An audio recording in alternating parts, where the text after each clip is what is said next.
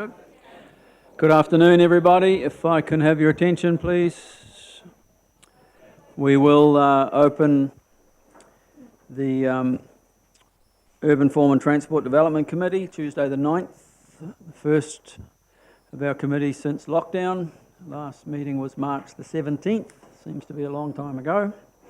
But it's great to be back in the debating chamber and all sitting closely together. First of all, I'll just note apologies. There are no full apologies, but for lateness, Mayor Temby is on his way after a meeting. And just acknowledging that Councillor Morris is there via Skype, I believe. And Tapio Kawe is also there. Great. Okay. Is over there.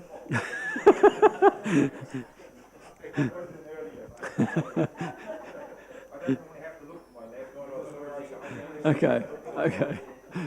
So there's really no need for any to move any motion for apologies there. We'll have now the public forum. There is partly my fault because I didn't notice an email request, but we have a public forum. And we'll invite Joe Gravitt and Jackie Farrell to come forward. We're familiar with them from the Tanga Community Housing Trust. They want to speak to us about the Opal Drive housing, and in that land we know as our Wastewater catchment reserve area. Thank you, Joe. We'll have 10 minutes and we can leave a little bit of time for questions. It'll be great. Jackie, over to you. Thank you. Thank you, Mr. Chair. Greetings, councillors. Tauranga Community Housing Trust has a particular interest, as you know, with our kāinga atawhai on Opal Drive. Therefore, we just appreciate the time just to be able to signal well in advance some issues we'd like the councillors to be thinking further about. And I'll let Jackie, as our General Manager, explain those. Tēnā koutou, thank you for the opportunity to talk to you today. Ko Jackie Farrell, tuku ingoa, ko Wellington Aho. I'm the General Manager of Tauranga Community Housing Trust, and I've lived in the beautiful Tauranga Moana for about 3 years. In your committee meeting today, under 8.2, Council officers propose an upgrade to the pump station located at 45 Opal Drive in Papamoa. 45 Opal Drive is land that TCC owns and is strategically held for possible future upgrade of that wastewater treatment plant pump station. We just want to firstly recognise that we are grateful that the council of the time recognised that land that was held could be put for better use instead of remaining vacant, and that it leased that land to Housing New Zealand, which is of course now Kainga for the use of transitional housing, and they subleased it to ourselves at Tauranga Community Housing Trust. In doing this, they created a joint partnership between central government, local government and community housing provider, ourselves. So your land, your infrastructure that was bare and added little in terms of community value has become a place that has literally changed the lives of many people and provided many positive community and whānau outcomes. The redevelopment of the site was gifted the name Kāinga Atawhai, as Joe's explained, by Ngā Poriki in December 2017 when those houses were opened. Kāinga Atawhai is not so much the name of a place or a title, it's actually translated into more of a description of a feeling. It's a place of, it's a place of living, warmth, calm, peace and safety. Tenants come to us from homelessness, from living in cars, portacoms, sofa surfing, you can imagine unsafe relationships and difficult situations. As family-sized dwellings, they're largely with our families that reside in those. They all have children and many are hapu. Many babies have been born at Kāinga Atawhai. As I said, it's a place of life, warmth, calmness and peace and safety, and this perfectly describes how our tenants feel when they move into their homes from those situations. I just really want to highlight to you the good work that you've contributed to. So 61 families have called Kāinga Atāwhai home in the 2.5 years, 2.5 years that it's been there. 61 families have used that facility and called that place home. 55 of those families have transitioned into long-term sustainable homes, long-term housing. 51 of those. Of those 55 families, 85% of them remain there. So while they were at Kāinga Atāwhai, they learnt the skills they needed to sustain a tenancy, something that they'd not previously been able to do. Probably the best achievement is that only 2% of the families that we have supported into long-term housing have returned to their emergency housing register or required emergency accommodation. So we're not contributing to housing churn or homeless churn. I think that's really important. The road hasn't been all smooth sailing. There have been some tenant and neighbour tensions, and there has inevitably been the occasional tenant that has negatively impacted on neighbours. There's also, of course, been challenging attitudes from some of the neighbours and the media to manage. So I really wanted to acknowledge the council members that are in the room and on Skype in particular that have really helped and supported us through those challenges. But since we improved the on-site management in August last year, there have been no antisocial behaviour issues to manage, and there have been no neighbour complaints that have been brought to our attention. The same, of course, can't be said for many neighbourhoods across the city, so I think that's an achievement to be acknowledged. Our management and success has been recognised by council staff as they've offered TCHT funding to lead a community development project, which we will launch later this year. And the aim of that project is to further integrate the facility, the transitional housing complex, with the wider community. It won't be a project of just for our tenants, it will be for the whole surrounding community, which includes Housing New Zealand accessible properties and private home ownership. So I guess whilst we all knew that the pump station upgrade may be needed at some point, you are all now faced with a difficult decision to remove half of this facility that has literally been a soft place to fall for many of its constituents. TCC's vision is to support social, economic, environmental and cultural wellbeing of its communities, and of course we realise the need for critical infrastructure like pump stations, but we also need facilities like Kāinga Atāwhai. I'm not an engineer. I attempted to read some of your agenda. It's very technical. I don't understand all the technical challenges that you face. But on behalf of the family and the community and the people in the future who might find themselves needing temporary accommodation and a helping hand to get back on their feet, I ask that you challenge your experts and your engineers to explore all the options. Are there alternative designs that use less land horizontally? Are there other sites that are suitable? Are there other solutions? Does council have other land that we could relocate those houses to, or we could build on? So I ask you to urge council staff to work with us and to work with our government partners to come up with a solution, because we're already, as you all know, critically short of housing supply, particularly at this end of the housing continuum. So as you know, communities' hearts aren't concrete and steel. Communities' hearts are places like Kāinga Atāwhai.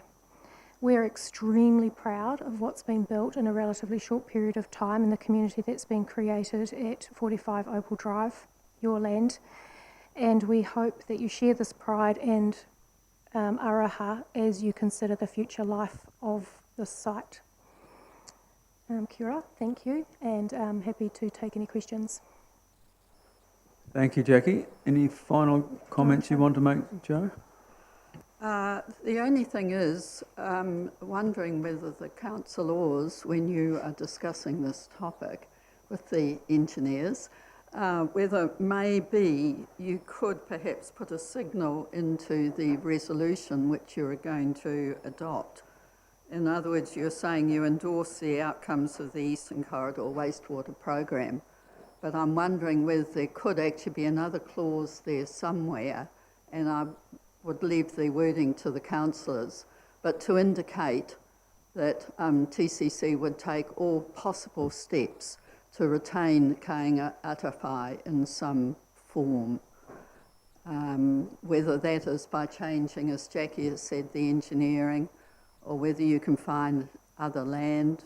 But it is a community there. We're proud of the resource centre, which is in the corner house. That is now becoming the drop-in centre for quite a lot of support agencies. And if we lose half of the houses there in that first stage in 18 months' time, the whole structure and really the community well-being is going to be thrown up in the air. So if it would be within your scope for Council to actually add a little bit to that resolution to indicate that it's important to find a solution where we can at least retain the same number of homes, but possibly, dare I say, even increase them, if you have the will. Thank you. Thank you. Councillors. Thank you. Also acknowledge the work of Councillor Steve Morris in that area, and previously Leanne Brown. Great, thank you, and thank you for the report and updated. It has been a great success and has provided great things there, especially since, as you said, from last year, we've heard very little. Questions, Councillor Robson, and any others there, please? Yes. Go ahead, Councillor. Thank you, Chair. Two questions, if I may, and one may be better answered by staff. But Jackie, you mentioned Council offering funding for some project that you're involved in. Could you give us a little bit more on that? Sorry, yes. We have been asked to lead a community development project. It's a $10,000 project, and the initiative that we've proposed to run is to run educational programs to wider community around parenting, and specifically parenting with the wider community. So we had pre-COVID arranged mass gathering workshops, where we were going to run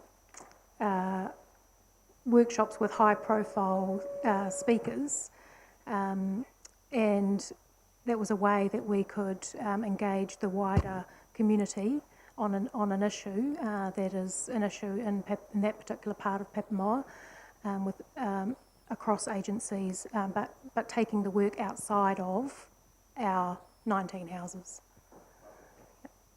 That's a comprehensive answer, and I appreciate that. That's great. Yeah, I think a few plans were disrupted by... Joe, if you could turn your mic off too when you're not speaking, thanks. A few plans were disrupted by COVID, as I understand it. The second question I might ask, and I'll ask this of you, but staff may want to come in here. Where we are was totally foreseeable when the decision was made. Have staff been working with you over the 2.5, whatever years since conception to get ahead of where we are? Because this is not a surprise that this pump station is arriving. It's not a surprise that you are there doing great work with the help, as you say, of Councillor Morris and a very good councillor, Councillor Leanne Brown. Have staff been talking to you about this? Thank you, Councillor Robson. I learned of this upgrade at the same time you did, so I'll accept the day before. I haven't had previous conversations with staff on this. We all knew, though, in fairness, that this was a 5-year lease that's expiring in July 22, and that was on my radar. If I'm honest, we weren't certain that would happen. It's not budgeted for, and it budgeted for activity. We've been watching that. So the answer to your question is no, except that it's not completely unknown. It was not unknown to us. We signed a 5-year lease. We knew it was a 5-year lease. We knew that it was land-baked, and I said that. We knew that it was parked for that use. But we've had a little engagement on it actually happening, yeah. Thank you. I'll have a... Joe, Can I just clarify? It's actually was Housing New Zealand that signed the lease. We actually have the contract for managing. So There may have been conversations with the government, Kāinga, but there hasn't been with us. Yes, sorry, that is true. That is true, thank you. And just one quick question from me, if there's no others, or sorry, Councillor Clout in a sec. But the houses are actually the property of Kāinga, is that correct? Housing New Zealand was. Councillor Clout, and then we'll have to move on. Thanks very much, Joe and Jackie. Looking at our agenda here, it talks about the potential, if for the pump station to be built, for 9 houses to be removed. So that would, the remaining houses, are you concerned that that would be an insufficient sort of size of village, as it were, to be feasible? Is that correct? And then, of course, it sounds like you're wanting us to help you find another place for those houses. Thank you. There will be viability issues to discuss with our funder, the Ministry of Housing and Urban Development. There's currently, of the remaining 9, so we're going to remove 9 and there'll be a remaining 9. Of the remaining 9, we're required, under the agreement we have with you, that one of those be for staff to manage and be on site during business hours, and to be a resource centre, so that makes it actually only 8 usable houses. So there are viability issues around having 8 houses there for that type of management. Yep. Right. Thank you very much, Joe and Jackie, for presenting that. We will be discussing it when we come to that agenda item, and you're welcome to stay and listen to that discussion. Thank you. We now come to the acceptance of late items. We haven't any tabled late items, but there is an issue we're going to allow Councillor Hughes to just raise verbally, and with the Chief Executive's approval, and there will be a verbal report back to that question, Heidi, so if you'd like to do that now, and then it's just not been possible to have a proper late item tabled to be dealt with any resolutions, but there will be an update given to you. Thank you. Yes, just wanting to get an update. We realise that there's a report coming to us next week, and appreciate all the work that's going on behind the scenes here, but just to get it into a public forum to give some information to the public about where we're sitting currently with Totara Street and the work that's going on behind the scenes here. Thanks. Thank you. Nick, if you could respond.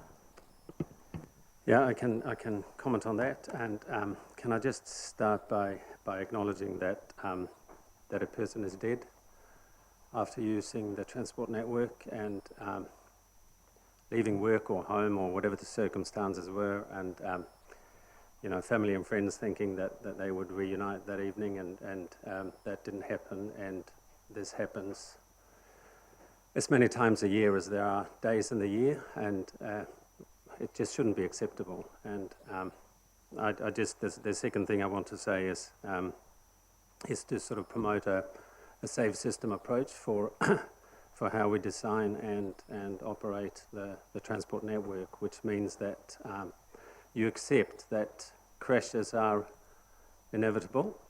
They will happen, but you design the system in a way that deaths and serious injuries are avoidable. So you take the energy out of the system, and obviously on Totara Street, that is something that we have been working on and planning for a long time. We didn't get there in time for this instance, and our thoughts go to the friends and family of the person that got killed, and the trauma. It's of course indescribable, and it touches a lot of people, friends and family. Emergency services, our staff who've been working on this and not getting there on time. It's devastating for everyone. So I just wanted to acknowledge that, and we are close to bringing a proposal to council. The plans are shaping up. We are putting a scheme plan to council next week. These are drawings we've been working on for a long time, with associated costs. I believe we have everyone, all the right people at the table, and good engagement.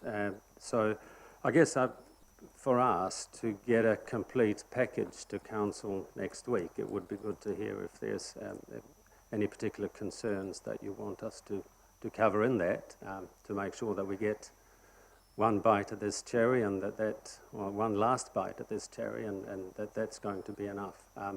One point I also want to make is that this is for the short-term solution. The long-term solution is, of course, wrapped up in the bigger cycle program and the route selection in terms of deciding how we get commuters from Papamoa, Arataki, into the CBD, etc. So that will give us the long-term solution. But this is something that we want to implement really, really swiftly in order for these sort of incidents not to happen again. So if there are any questions or comments around that, I'm happy to take that away and make sure that we present a full package next Tuesday. Mayor Powell. Thank you, Chair. And Nick, thank you for that. Just to let councillors know, we had what I consider to be a very positive meeting the other day, a Zoom call with a number of people, the biking groups. Stuart Crosby was there.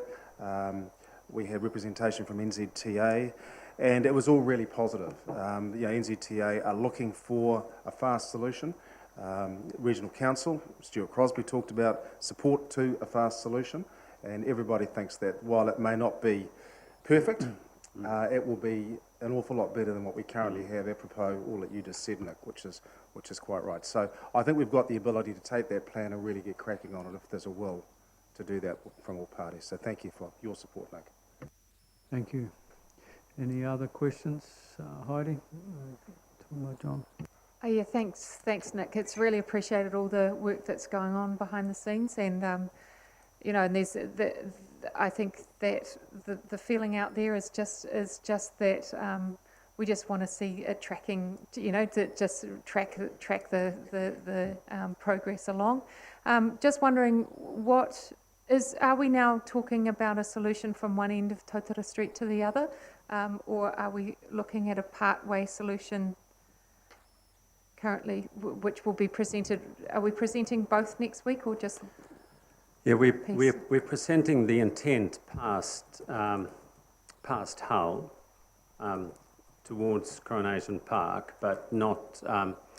That isn't as far advanced as the sort of short-term package that we have from Hull to Hewlett.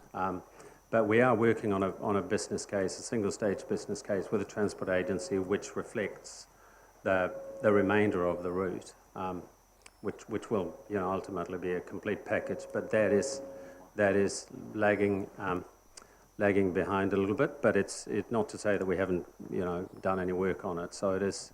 We will put to you what the intent for that is and how we're getting on with the business case with the transport agency.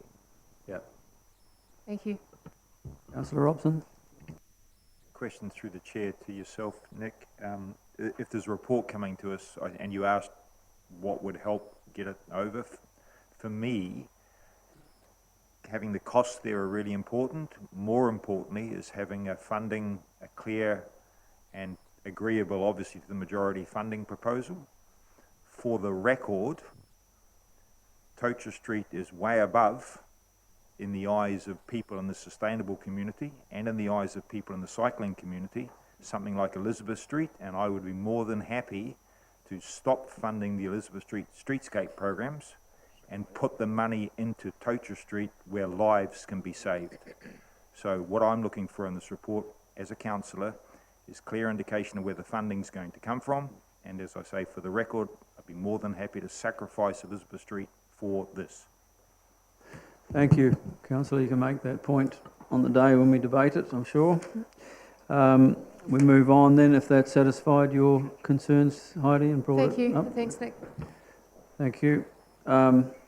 So we move through acceptance of late items. There aren't any confidential business to be transferred into the open. There's only one item we have. And is anybody unhappy with that being a confidential? Councillor Robson.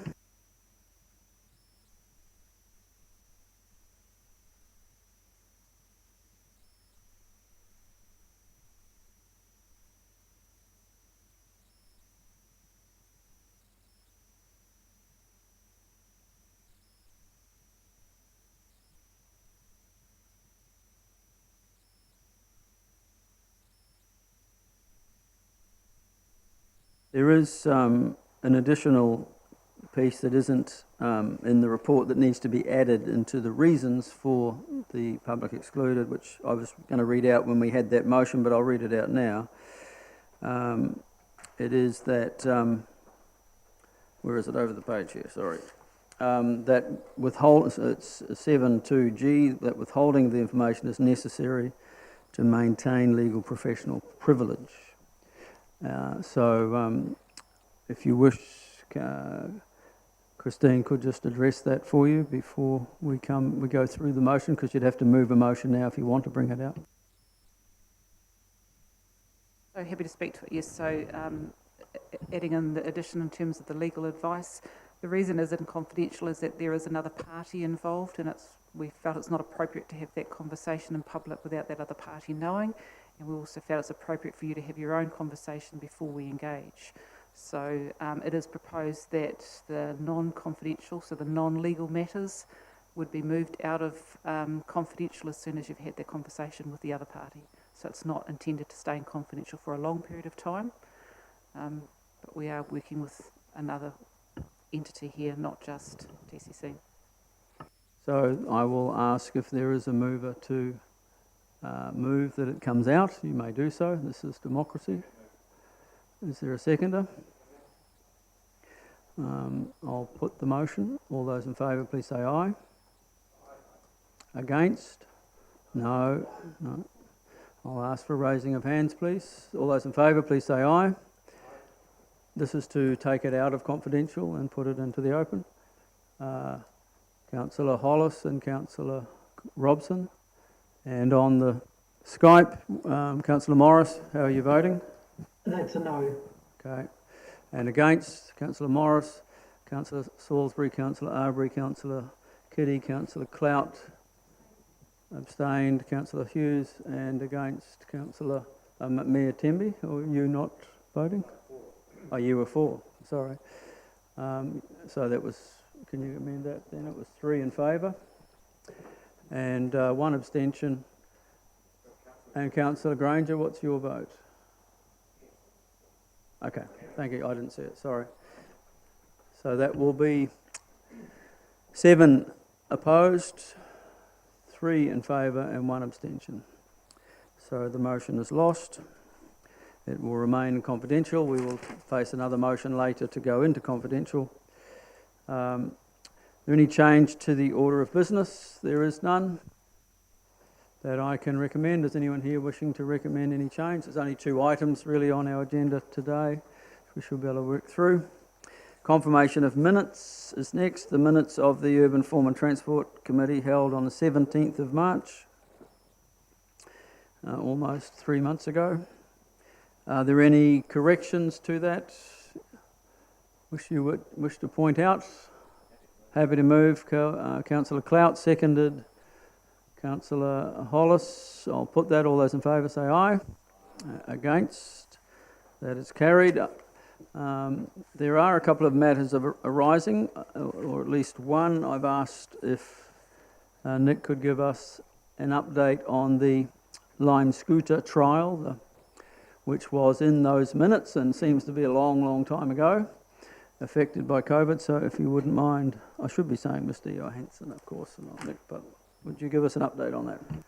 Yes, I will. I'm just wondering if we can come back to that. I am expecting a couple of updates that are on the way in. So if we could return to that, that'd be good. Thank you. That'd be great. Yeah, we'll park that then and bring it back in a bit later on.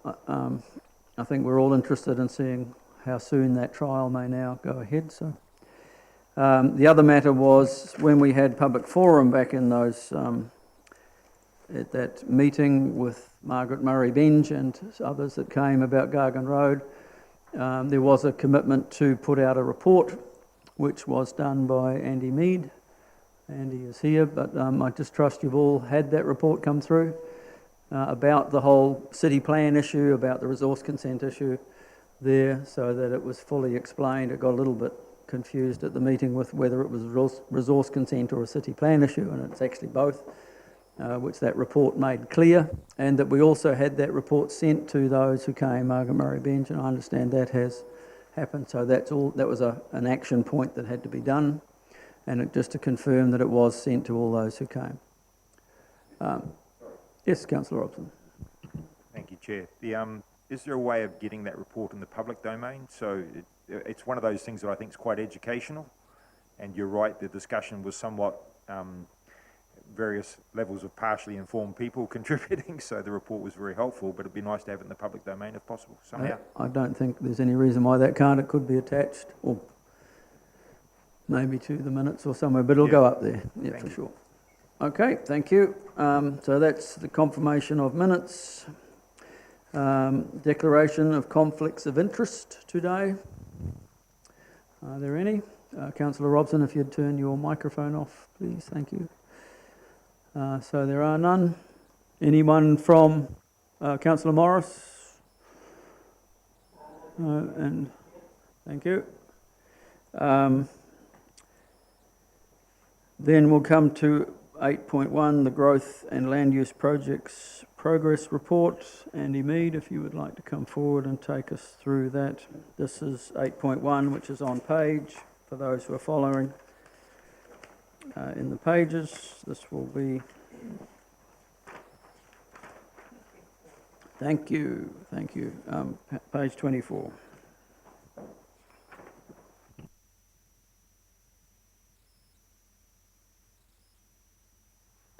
Good afternoon, everyone.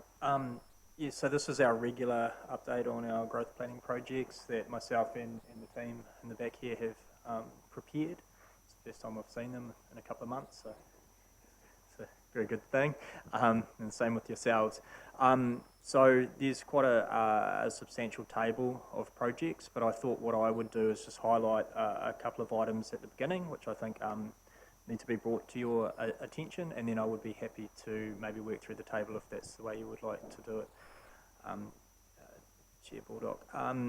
So just in terms of key updates... Sorry Andy, I've missed a bit. I'd just like to move that we receive the report. There are no recommendations with this.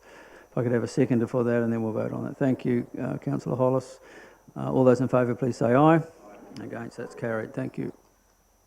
That was a yes there.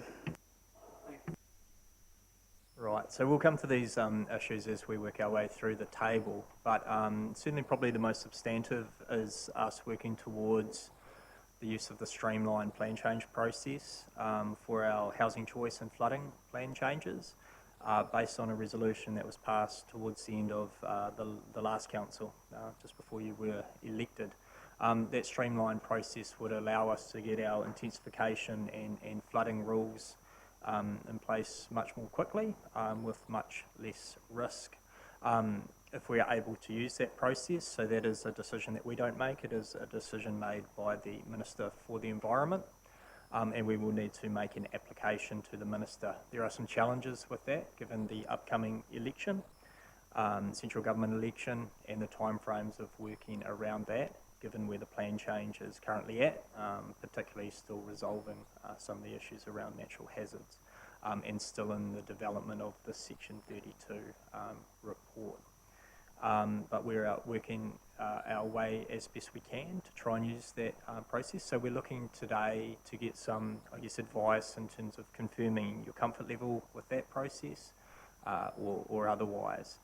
The second probably key issue around that housing plan change is the need to remove significant parts of the suburban residential zone from the plan change to enable it to proceed, based on some of the challenges of natural hazard management in the context of the rules that are set in the regional policy statement. So we're in the process of just refining a map, which we will be able to circulate to you in the upcoming days or weeks around that. But in simple terms, most of the coastal strip from Gulf Road to the east, from going past Arataki, Bayfair and all the way into Papamoa, will have to be excluded on the basis of some challenges with liquefaction, lateral spread management, and some of the other broader issues that are at play there, particularly with sea level rise and groundwater tables. In other parts of the city, the exclusions are much less substantive, but there will be some areas that are relatively low-lying on both sides of the harbour that will need to be removed, where probably multiple hazards are at play, particularly inundation from the sea in storm events, which will get worse over time should the projected sea level rise occur. So that is quite substantive, but hopefully that will find us a pathway to move forward with this plan change. We will have time to revisit those issues and perhaps revisit the provisions of the regional policy statement working up to the city plan review in around 4 years' time. I would say that we have not yet resolved all of the issues with the Regional Council. We have provided a significant amount of documentation to them which they've reviewed over the last month. We've received a response back from the Regional Council, which we're just working our way through at the moment. But there perhaps are still some issues that need a little bit of refinement, but we are making some progress. Hopefully that progress will enable us to notify our plan change on time later this year. The third point I just wanted to bring to your attention was around the Maori Appellate Court decision for the Kaituna 14 block out in Te Tumu. So that decision by the Maori Appellate Court is to upheld the decision made by the Maori Land Court, which effectively it means that the application made by the trust has been unsuccessful at this point in trying to move forward with the urban development and the infrastructure delivery for access to Te Tumu. The trust, as we've discussed with them, have made an appeal, lodged an appeal with the Court of Appeal. That appeal had to be lodged within a relatively short space of time, so they're still considering whether they will proceed with that appeal or not at this stage. But I guess the decision means that there's still outstanding risk around timeframes for opening up and delivering development within Te Tumu. And the fourth point I just wanted to raise is around the population and dwelling projections for the long-term plan. So we've been working through those at a staff level over the last sort of 3 or 4 months. With COVID coming into the mix, we've had to reconsider what those look like. So we have looked at, I guess, previous experience, particularly looking back at the global financial crisis and what that did to growth in the city. Also had a range of discussions with developers and other players in that industry, and we have had some revised growth projections that we're looking to work with, which is substantively lower, particularly in the next couple of years, but we'll look to pick back up quite quickly after that. So over a 10-year period, we would be expecting roughly the same amount of growth to occur. So this is, of course, an emerging situation, which we'll continue to monitor through the development process of the long-term plan and beyond, and we can make some amendments accordingly if things change. So those were kind of key points for me, but I'm happy to work through the table and any questions that you might have. Thank you, Andy. I think if we do questions on those 4 points first, and then we'll start looking at the tables. So Councillor Hughes, Councillor Clout, Councillor Robson. Thanks, Andy. On the basis of it sounds like we'll be held up for some time with this process with Te Tumu. I know that we've got $200,000 tagged in our annual plan for work around progressing that project. Would it seem that that could be deferred to a future year, or is that work sort of necessary at this point? So that's a good question. So effectively that funding is to enable us to work with the trust and the broader Maori landowners out there to develop an amended or a new process to try and unlock the development of Te Tumu. So that money would be quite important to retain in the budget. Can I just ask you to try and pull the mic in a bit closer, please? We're just getting a bit quiet there. Councillor Clout. Well, actually, that was the question I was yours. asking as Okay. well, so I'm pleased to see engagement is happening. Thank you. All right. Robson. Yeah, Andy, thank you. With regard to the population projections, are they done at the top level, or have we looked at the differential impact in different parts? Is there a differential impact in different parts of the city? I mean, the obvious one for me is that loss early on of housing or whatever, is that in the greenfield, or is it actually in the Te Papa intensification because we're not going to get apartment buildings? How far down has that analysis gone? Yeah, so what we do is we firstly do a high-level cut of the population projections, and then we go through the process once that's agreed to allocate those across the city. So we haven't gone through that process yet, but that's underway. I guess at the moment, the predominant amount of development in the city is happening in the greenfield areas, so that will be delayed, and that might be picked up in the future with a more of a balance between greenfield and intensification, perhaps if we are able to get the intensification plan changes in place and the infrastructure to support intensification by the time that we are projecting growth to be on that upward trajectory again. Yeah, would it be possible that when the population projections are updated, that they're circulated to elected members at that point, rather than us waiting for a report? I know that whole set of numbers is of significant interest to a number of stakeholders in our community. So the moment that's done, could that be circulated to elected members? Yeah, absolutely. Thank you. I'll have a question, and then do you have another one, do you, Councillor Hughes? Yeah. Just on the first point, Andy, with the Streamlined process, which we agreed to last year, that was pre-COVID. Now we're hearing that post-COVID, the Minister is also trying to do some other changes and get things moving even faster.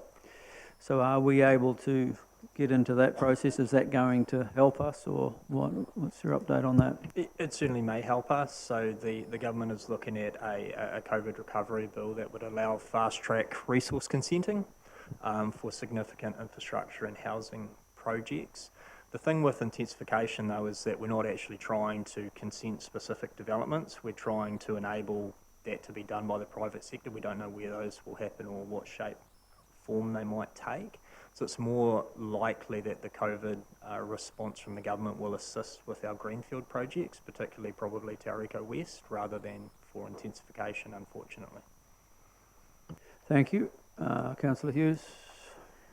And just in regard to Tauriko West and the density out there, have we had any more communications with the possibility of some minimum density conversations out there?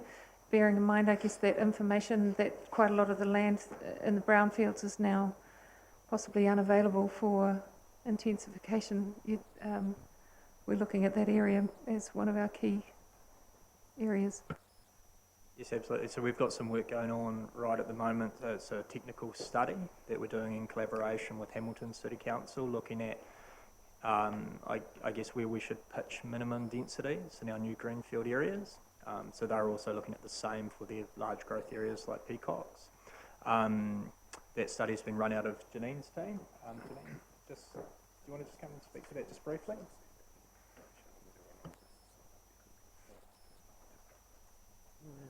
Yes, so we have a resolution report went up in 2008, and we had a resolution to look at minimum density requirements in our greenfield for our general residential and medium density and high density. And we also had a resolution to look at how we can better require a mix of typologies.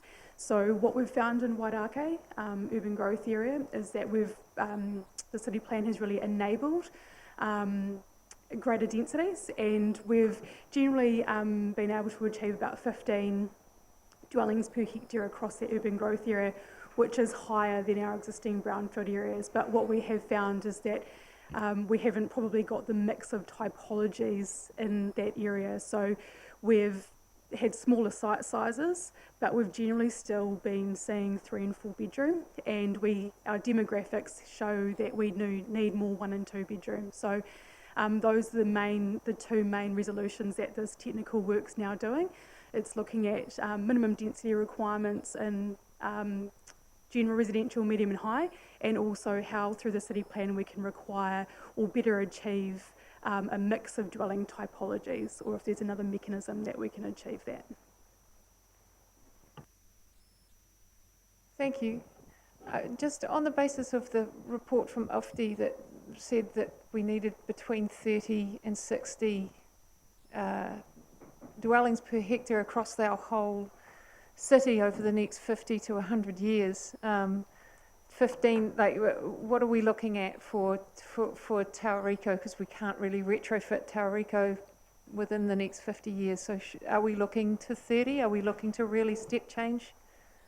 Yeah, so we're after slightly to land as anticipating yields of around 30 per hectare in greenfield areas.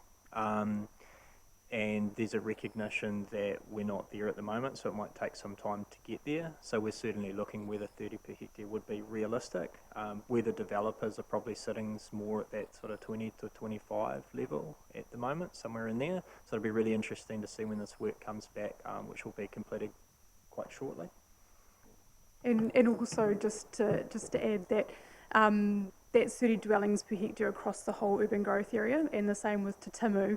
We are looking at, we won't just have a general residential, so we are looking at medium density, so increased height. So we're, through the general residential zone, you may see 20 to 25 dwellings per hectare as a recommendation through this technical work. We expect that our medium density and high density will be much higher than that. So over across the whole urban growth area, we are overall achieving that 30 dwellings per hectare. That makes sense. Yeah. Okay, just a comment from the Chief Executive before your question. Through you, the Chair. There was a meeting this morning with Smart Growth Partners and Minister Twyford, and he specifically asked questions about Tauriko and the development opportunities out there. Also, he specifically asked whether or not the plan change proposed for the Te Papa Peninsula, whether or not the changes to the RMA that are currently before the House, the tools that they're going to provide to try and, if you like, support plan changes and resource consents could be used. And I said, didn't quite know until the legislation had landed, but it's certainly something that we will look at to see whether or not it's something we could use for the plan change that's proposed. I updated and informed him that at this stage we were looking to use the streamlined process, but he's keen to, I think, see whether or not the legislation could support what we're proposing to do. Thank you. Question, Councillor Robson. Yeah, and possibly to the Chief Executive or even the Chair, I acknowledge the staff mentioning a report was produced in 2008. I feel there would be value in an updated report sort of outlining those arguments, or that report being represented just by virtue of bringing us all up to speed. The arguments and debates, very, very current, really important, we're across them, but if we're driving this off report in 2008, no one here is familiar with it, no one here is familiar with, you know, could we update that at all? Can you clarify what report you're talking about? Sorry, it was 2018. Ah. Sorry. Thank you. My apologies. I was just checking, because I actually checked with Councillor Granger. When did you start on council?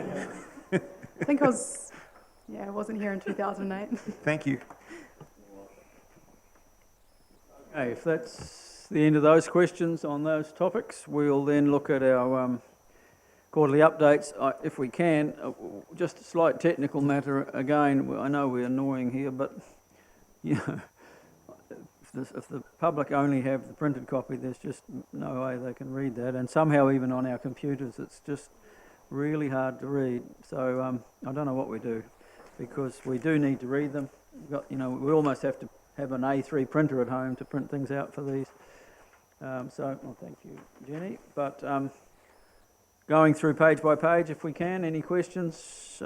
We've got the Te Papa Spatial Plan and Plan Change 28. Anything on that? We can move on to next page 20, which will be 28. Plan Change 27, Plan Change 30, Earthworks. Anything on those? Page 29, City Plan Review, Tauriko West Urban Growth Area. We've covered a lot of it in these earlier questions. Page 30, Te Tumu Urban Growth Area, Future Urban Growth Area, Keenan Road, Future Urban Growth Area, Tauriko Business Estate. Any questions there? It must be my lucky day. Page 31, Welcome Bay Planning and Ohawiti Study. I have a question. Oh, sorry, I missed it. Who was that? You're so fast. Yes, question. I just have a question around Tauriko West and schools, provision of schools, whether there's any parallel work going on with provision of schooling out there. Yeah, absolutely. So we're working collaboratively with the Ministry of Education around both primary school and secondary schools that will be required in that broader Western Corridor area and within Tauriko West is a key part of that. So they're well advanced on their planning. Councillor Granger. Thanks, Andy. Look, as regards to the transport modelling, I see it's just about complete. When's that coming on board, presented back to the council? When will it be complete, in other words? Sorry, which project is that for? Yeah, the infrastructure in Welcome Bay under the planning and Ohawiti study, that the one that hasn't been completed as yet is the transport modelling. So the modelling itself has been completed. It's more the engineering investigations around transport options. So that report is very near to being complete. I think we should be in a position to bring the full planning study back to council with, and maybe not the next meeting, but maybe the one after that. So the next 2 or 3 months. Thank you. So continuing on page 31, we've done Welcome Bay Planning, Rural Land Study, Smith's Farm, and Government Policy and Initiatives. We've kind of touched on those. Any questions there? Over the page to page 32, the natural hazards and the revised population dwelling projections, which Andy's covered earlier on. Page 33. Question, Councillor Robson.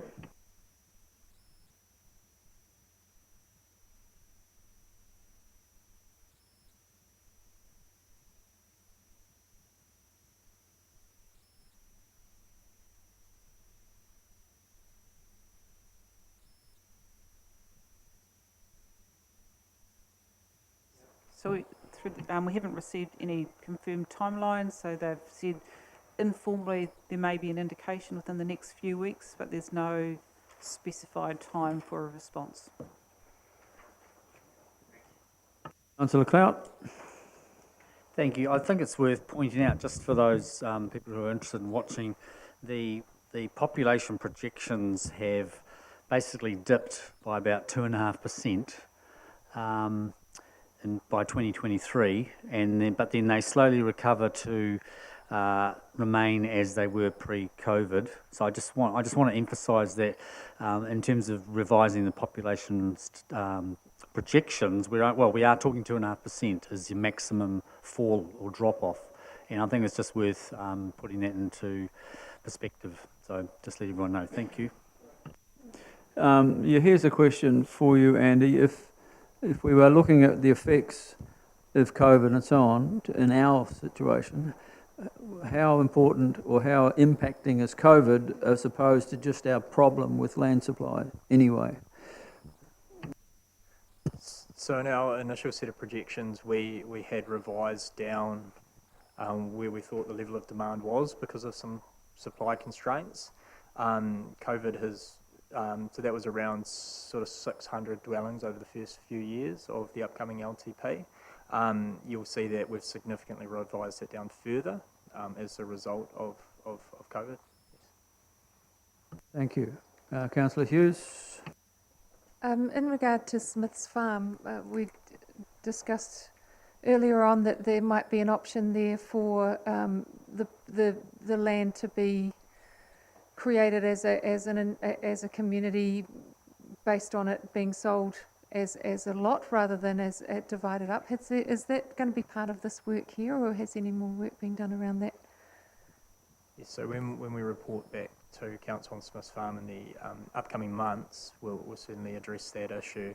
The idea is that we don't sell Smith's Farm as a completed development, but that if we were to sell it or to work with someone to develop it, it would be looked at as a whole entire site and be master planned from that perspective. We have done some work around what that might look like, but that's only indicative so that we can understand the development, I guess, opportunity and assess the feasibility of that site, and to ensure that we are, I guess, meeting council's objectives and what they would like to see achieved.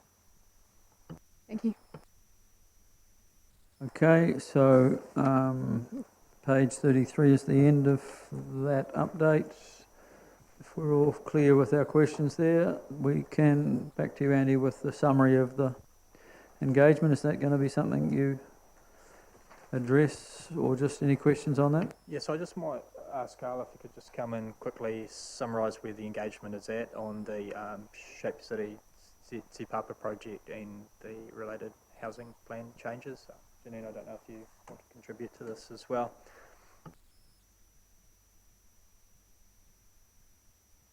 Kia ora koutou.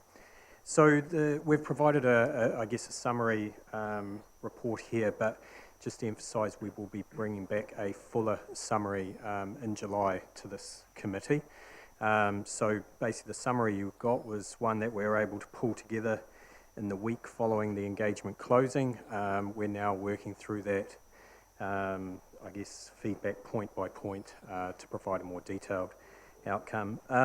I think probably the key point is that we take away, and I think, this is in the context that growth is happening.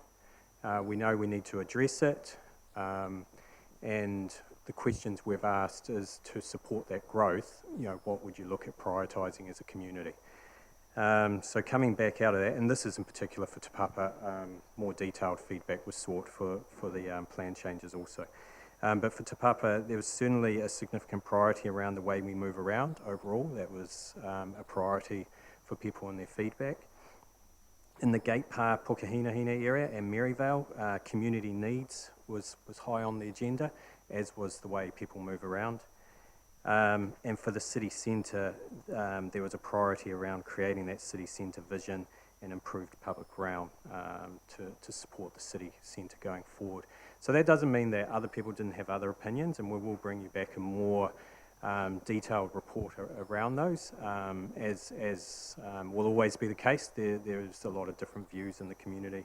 But we did get good feedback, or a good number of feedback, considering we were in lockdown. So people were obviously taking the time to get online and respond. And we also we set up one-on-one phone call opportunities, as well as reaching out to key stakeholders through our stakeholder networks and so forth. So it was a relatively good level of engagement, and I guess for me personally, I think for Janine and others in the team, the ability, we still had some of those touch points with the community over the phone and so forth, which is important. We've received feedback from key stakeholders. We're continuing to summarise that. We've started meeting with some of those, the likes of Kaingaora, accessible properties, the racecourse, and we will be continuing to engage with them over the coming weeks and months. So when we do come back to this committee in July, we'll also be well placed to talk to you about their feedback in more detail. That probably summarises it, particularly from a Te Papa perspective. Probably if there's more detailed questions in terms of the plan change, Janine will be best placed to answer those. Okay, so that's continuing nicely. Just a question and a response from members, if we could. It probably would be good. I think we had a brief conversation, Andy, that maybe now we're in level 1, we could all get in a bus. We love our bus trips.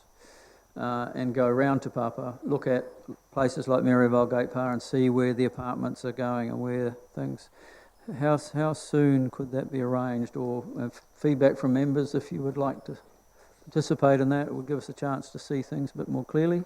We think you were listening to our conversation this morning, because we've had exactly that discussion. So we're looking to do a bus tour to deal with the city plan and the Te Papa spatial plan. So what we're thinking is probably a bit of an executive briefing where we can perhaps talk to you about some of the issues, meet here first, and then take you out to have a look at some examples, and also some of the provisions that we're looking to put in the city plan, what type of outcomes we're looking and what type of outcomes we're trying to avoid, and then why is it written a certain way. So we're trying to blend that all in. So we had a bit of a discussion internally, the team this morning, we'll pull that together, and we'll look to do that before we bring you the July Ufted meeting, because a lot of that material will actually be on that agenda. So that means that you can consider and have a conversation in advance, and we can make sure that we're bringing you a formal report that addresses the matters that are of concern to you. Great, so generally that's all good. Everyone be interested in that? John, comments? With regard to bus, would it be possible to use e-bikes for the councillors instead? That would also give them some insight as to travel and transport issues on our roads. I'm serious. It's not quite yet, but it's hard to talk to everybody on e-bikes. It's a lot easier on the bus. You can get commentary on the way through. Okay, so thank you for that. If there's no more questions there, to Carl or to Andy, that will conclude that item which we've already received. We can go on to page 38. Item 8.2, the Eastern Corridor Wastewater Program, and I think Claudia will come and present on that, and the team. And I'll insert an A in here that isn't in the recommendation, just that we receive the report. I'll move that if there's a seconder. Thank you, Councillor Robson. I'll put that. All those in favour say aye. Against, carried, and then we'll deal with the other recommendations at the end. Thank you, Claudia and Kate, thank you.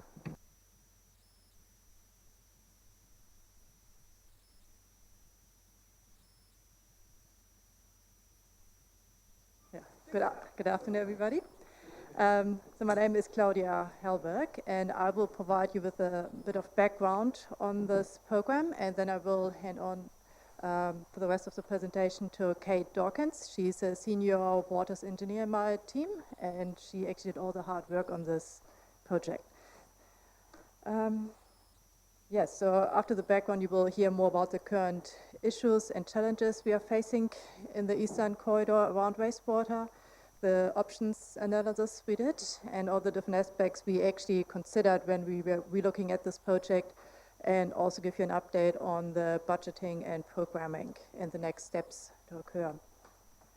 So Papamoa in the past was actually serviced by local treatment plants way in the past, and then in 1989 it was decided to actually connect Papamoa to Tanga treatment plants. It was seen as more efficient than having these small little treatment plants.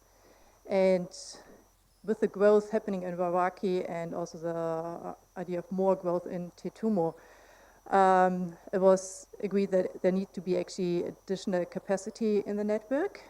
And so the Papamoa pipeline project was started in 2007, so that's over 10 years ago. And yeah, it was actually came to the point that we need to have a new Waiwaki pump station and also a couple of upgrades along the way to Temanga. Budget was put into the long-term plan. It was all agreed. Further planning occurred, but then we had the GFC and the delivery was actually stopped and deferred. So all what was planned was actually not implemented. And then in 2018, that project was picked up again, but it was realized the planning was done quite a long time ago. We have much more information about natural hazards in that area, and we should actually have a relook. Is this still appropriate what we are doing in that program? So we had a good critical review of the program based on our current knowledge. Yeah, now we can tell you what came out of that review.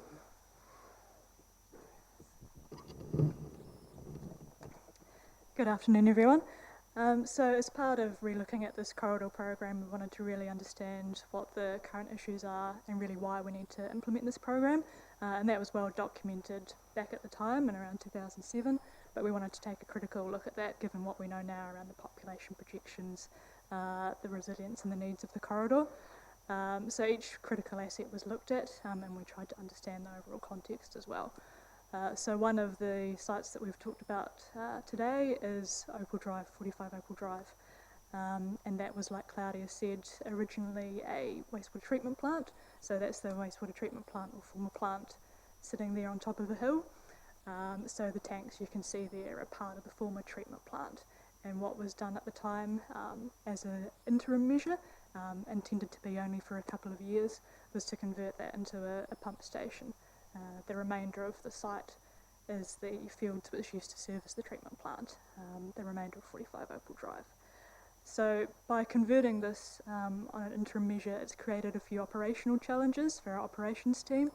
And they say of all the assets we have in the city, this is the one that keeps them awake at night. This is the one that worries them. Because it was never designed as a pump station, it doesn't have capacity to balance flows well. Those tanks are not designed for a pump station. And because it's up on a hill, usually pump stations pump uphill, this pump station's pumping down. It has challenges with air being brought into the system, which creates challenges with odours, and it's a really critical point in the network. There's upwards of 15,000 people growing every day who are serviced by this one asset. It doesn't have the flexibility that operations can do works on it. It doesn't have the flexibility when we get larger flows to be able to manage those effectively. So whilst there's a lot of management of the site going on, it's an ongoing headache for them until we do implement the planned rebuild of the pump station. So one of the things we looked at as part of this program was, do we still need to do something with Opal Drive? And also, can we do something within the existing facility? There's been some works recently to install a new pump to increase the capacity. And we looked at, could you continue to do further work within this footprint and within this site, and came to the conclusion that it's physically not possible to make better use of those tanks and make better use of the infrastructure that's there. There's real site constraints there. Next slide. So the other infrastructure we've got in the corridor is the rising mains, which are the pipelines from the pump stations. And usually rising mains would be rising, going uphill. Papamoa is very flat, so the rising mains are pumping everything from A to B, and in this case, pumping back to Tanga. So the original network, when that was put in place, that was sized for the Papamoa area, and there were some pipes that went in a bit of a smaller size than they needed to be at the start as well. So we've got some pipes that are too small for the current population, and they're too small for the population that we're expecting to continue to grow in Wairakei and in future growth areas. There are some older pipes where the material has not coped well with pumping of wastewater, and so that's something that our asset management team have been keeping an eye on, and that's why it's recommended as well that these pipelines be replaced. And all of our pipelines generally in this area follow a corridor which is the Wairakei stream. At the time when the area was developed, it was relatively easy to put the pipelines in as the stream was being developed and the housing around it. Now, of course, that's a really valued part of Papamoa and part of the city, and there's housing all around that. But that's where all the infrastructure sits at the moment, and it's really one critical chain of infrastructure. With very little flexibility to divert things or move things around if we need to. So that, yeah, in terms of the condition concerns, but also the capacity, things being undersized and further growth, that's contributing to an ongoing risk of failure and overflows into the environment, as well as constraining growth that we have planned.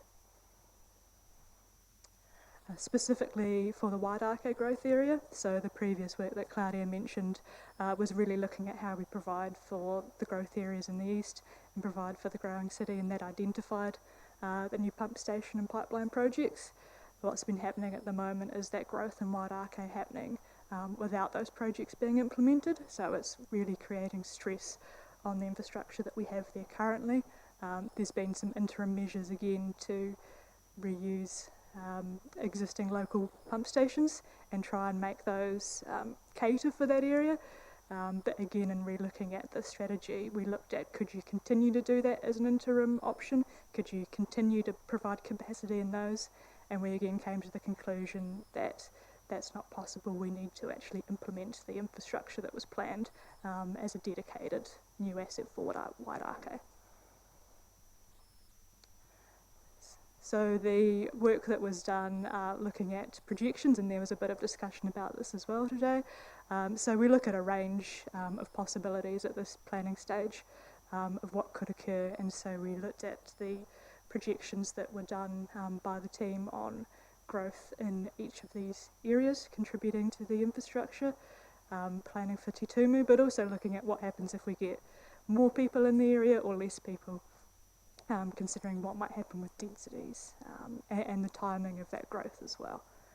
So we looked at that flexibility in terms of any options that were being proposed and how they could cater for that, but also contingency planning or alternatives if we got a very high population in Te Tumu, and could we cater for that, and came up with some options for that as well. So the work that was done was really setting out, there's work that's been done previously. We're now taking a review of the whole corridor to try and understand what the issues are, what we need, and how it aligns with our other strategic objectives like resilience and environmental objectives. So we took a step back and we really looked at the needs of the area and engaged with some stakeholders in Tanga Dafina as well, and looked at this corridor. Where are the important areas? What does it need to do in terms of servicing populations? What does it need to do in terms of providing a resilient system and a flexible system that we can operate? What are the areas that might be particularly susceptible to natural hazards, and how much of a risk is that for us? How can we mitigate that or locate our infrastructure accordingly? And what do the developers expect and need from this infrastructure, which is planned and largely development contributions funded. So that involved a whole long list of options, a whole suite of different options that were looked at, different places for infrastructure, different combinations of infrastructure, and we went through a real process with teams across TCC of whittling that down, considering all sorts of effects, the implementation, constructability, effects on the public, cost, and whether it met our objectives. So that resulted in the preferred option that forms part of this corridor program. So that option that is proposed is in many ways very similar to what was proposed previously before we did this review. So we've come up with, we've reconfirmed, I guess, the requirement for the planned pump stations at Opal Drive and also at the Wairake pump station site, which was previously designated for this purpose. We looked at alternatives and whether it was possible to move those, and we came back to the preferred option being those sites which are designated for those purposes, and the network has been planned to connect to those areas. What we have a chance to do with this program is really provide that capacity for growth and the flexibility that will be required in the area.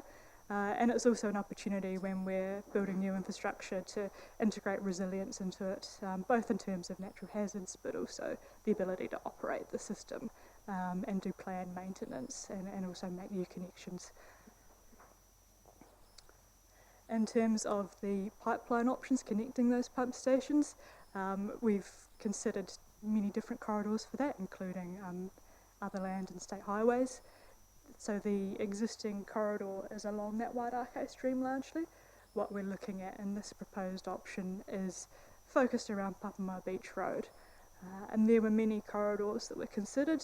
Some reasons for Papamoa Beach Road being preferable is around ground conditions and resilience, so in terms of both the construction and the long-term function of the infrastructure. It's an improved sand for resilience. Groundwater is further from the surface, which makes it easier to construct, less invasive, but also less susceptible to liquefaction. Anywhere that we construct infrastructure in this corridor is going to have impacts because this is a brownfield area. So we looked at how could we best mitigate and manage that, but also what opportunities there are. And so Papamoa Beach Road, we saw there were some opportunities to potentially integrate with other projects as well, if there's things happening in the transportation space and also with other utilities. But there's also physically a bit more space there compared to other road corridors that would be disruptive with houses on both sides of the road. So this is the overall overview of the corridor. You'll have a copy of it that might be a bit easier to read than that one. But essentially we've got our, the pump station sites which have been designated for 10 years at least in the city plan and identified for those purposes. So those are the Opal Drive and the Wairakei pump stations. And the pipelines connecting those are centred around the Papamoa Beach Road corridor as that preferred corridor. There's still work to do in further stages of design, and so that's the next steps we'll be talking about, is exact routes for connecting those. There's still work to do on design and engagement and investigations, obviously, so this is bringing you up to speed on the thinking that's happened to date. And I guess one of the reasons that we wanted to bring this project and talk about it today is in advance of the long-term plan. This forms a large program in the long-term plan, and so we wanted to provide a bit more context around it and some of the things that will need to be considered as part of putting that long-term plan together. So one of the things to note on the budgeting front is there has been an increase in the estimated budget since the last long-term plan was put together. So these projects have been in our long-term plans for at least 10 years now, and when we start to relook at them again, we review the process of coming up with those cost estimates. So the projects have always been there, but we have increased the cost with this latest relook at them. Obviously this program does present a large program of works as part of the capital program, and so we need to consider as well how that fits in with all the other planned projects that we have on the books. But also considering the strategic objectives and what happens if we don't implement this infrastructure or if it continues to be deferred, and the risks in terms of the risks of overflows and failures, and also the constraints that it poses on land supply and housing. So as mentioned, and you'll see some numbers, there have been proposed updates to the budgets, and so what we're really trying to do is at this stage, in an early stage of the project, is try and consider some of the risks, consider some of the additional costs or the costs that we might incur in terms of our own time, in terms of consultants' time and contractors, and considering the things that they will need to manage for their constructing, so things like traffic and groundwater, and all of those things that contribute to cost as we're trying to work through the project. So that's some of the things that have contributed to those budgets, is understanding what market costs we're seeing at the moment for projects that have been tendered, considering the fact that this area is now developed, which it wasn't so much when these projects were first proposed. So there's residents, driveways, traffic impacts, things that need to be carefully managed as we're constructing these to mitigate the impact. We've been going through a process within council of looking at our historic costs on projects and trying to make sure we budget for that appropriately moving forward. So we have added in some further costs, which is based on previous experiences. So trying to set that budget up front rather than coming back later and adding in costs. And as part of implementing this project that's required for capacity, it is an opportunity to incorporate resilience aspects as well. So there's been some of that included, particularly at the pump station sites, and bringing that into the scope while it's a golden opportunity to do that. So here's the summary of the budgets as they were at the last LTP and the budget that is in the system now. I believe this was briefly talked about as part of the development contributions policy as well, but this is overall providing more context on what these projects actually are. Some of them have gone down as we've rescoped or found we can reuse the existing infrastructure, but predominantly there have been those cost increases because of that relook at things that we've talked about and trying to include costs up front. The funding for the projects, because some of these are replacing existing assets, there is a renewal component to that. But we're also doing this for growth reasons and to provide more capacity within the system for the growth that is already zoned and the growth that is proposed to be zoned. So there's components of renewals budget and components of development contributions, and that's why we talk with the developers as well and let them know what we're doing, because it comes through in the development contributions policy. Can I just quickly pick up that last point there? It's a bit scary, so it's good that you guys are sitting down. The infrastructure, the growth portion is largely to service Wairakei and Te Tumu. Much of Wairakei is either already developed or already consented, so they've got their development contributions either paid or locked in. And given the increase in the capex side from sort of 50 to 160 million, obviously that has an impact on the amount of DCs that would be payable. So there's been significant under-collection that has occurred. It's in that vicinity of sort of $15 to $20 million, so that's pretty substantive. That will have to become, I guess, rates funded, or else looking at new mechanisms in the future, like targeted rates or something like that, through the upcoming long-term plan to try and recoup that cost. Thank you, Andy. And Kate, we know why they chose you. That was a very full presentation. You know it well.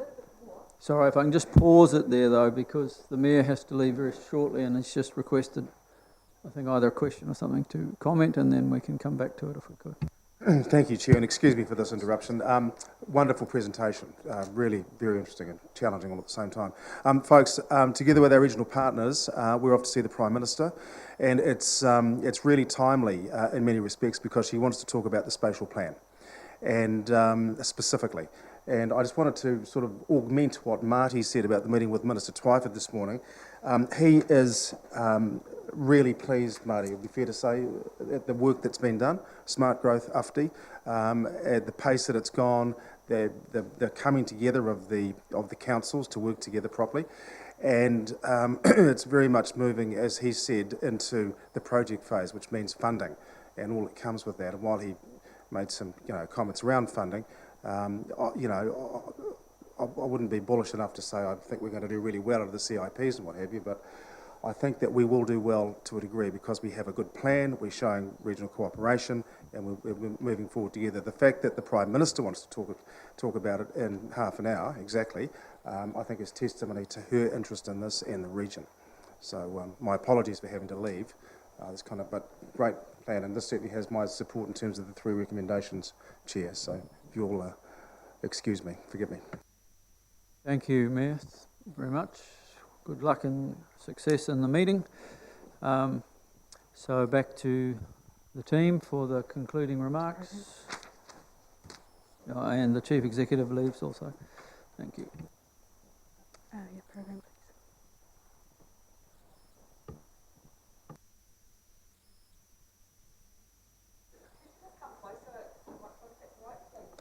Sure. Is that better? There we go. I can hear myself now.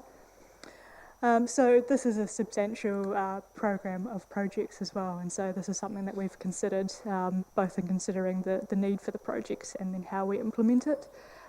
So the recommendation really prioritises the Opal Drive system, and that's based on the existing issues that we have. So there's an existing issue with an undersized section of existing rising main, which services Papamoa and Wairakei, and there's ongoing issues being experienced at the Opal Drive site because of that fact that it was an interim measure some 20, 30 years ago. So you'll see the focus on those in terms of the progression. Clearly, that's something that we're continuing to work with Kāinga Order on in terms of planning for that. So there's been work with community development and our property team in terms of the lease with Kāinga Order for that site. And keeping them informed of what we're doing in terms of the planning which was proposed to be continuing in parallel for the site, the infrastructure planning and advance warning and any opportunities we can work together for when that lease does come to an end. There are the other projects in the program as well, and so that's something that you'll see a program attached to the paper. That's what's been proposed at this stage.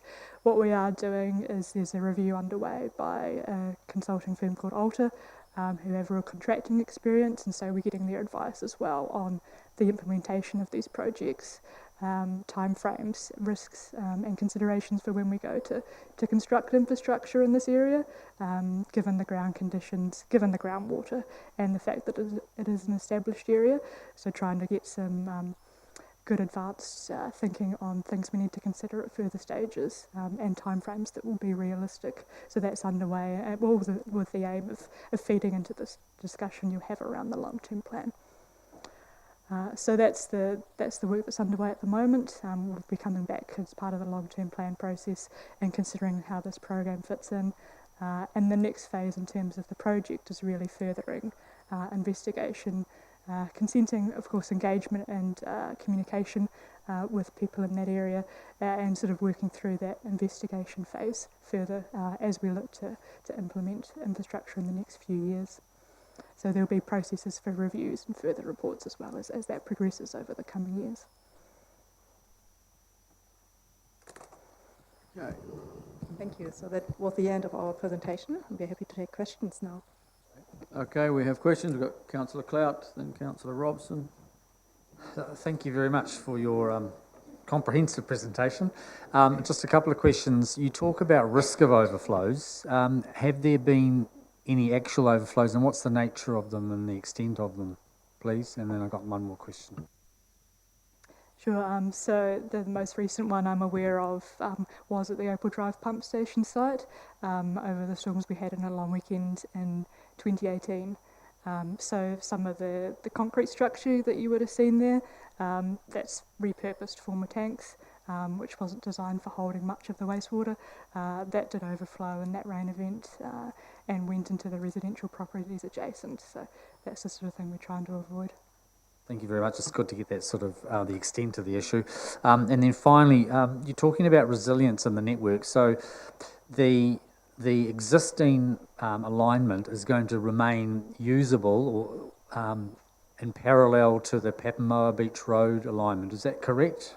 So, and it will always be usable, or is it only used for emergency flows? Exactly, yes. So there'll be sections, some limited sections which need to remain because they have connections at the moment. But there are sections where they will remain usable in emergencies if required. So it gives us the flexibility, not just in a hazard, but if the asset team need to do something, if they need to make a connection or do some planned maintenance, they have an alternative. If there's an accidental issue, there's an alternative. If there's an earthquake, for example, there's an alternative. So it gives them more operational flexibility, but it also gives a better quality pipeline and a more robust corridor if we do have an earthquake or a natural hazard. Councillor Robson next, then Councillor Hollis. Maybe a supplementary to the chair, and I don't know what, a question is probably better directed to the acting CE, which I'm hoping there's someone sitting here that's acting in that role, Christine Jones. The people in the virtual world are already currently, if they're watching this presentation, throwing things at social media saying massive cost blowout. You can see the stuff already circulating and the reputational damage that's being done.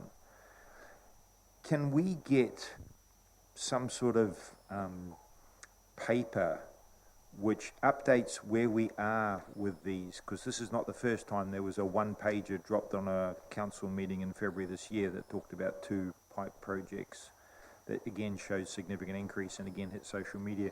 I just think we need to get across these apparent cost shifts and also explain to people, assuming how we're managing them, assuming we are managing these things through the planning processes and through our information systems, because you know you can see the reputational damage in this. So I think we could have the question answered.